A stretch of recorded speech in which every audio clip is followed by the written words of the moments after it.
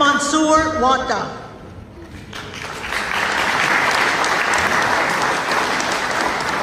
Reaching this milestone wasn't just about effort. It was about the faith, patience, and quiet encouragement I received along the way. Those who wanted me to be here, those who spent time with me thinking about this. Congrats, I am here. To everyone who supported me from near and far, you believe I'm present, even from miles away, meant more than words can say. And to my mom and dad and siblings, your love and prayers made every step of this journey possible. Thank you.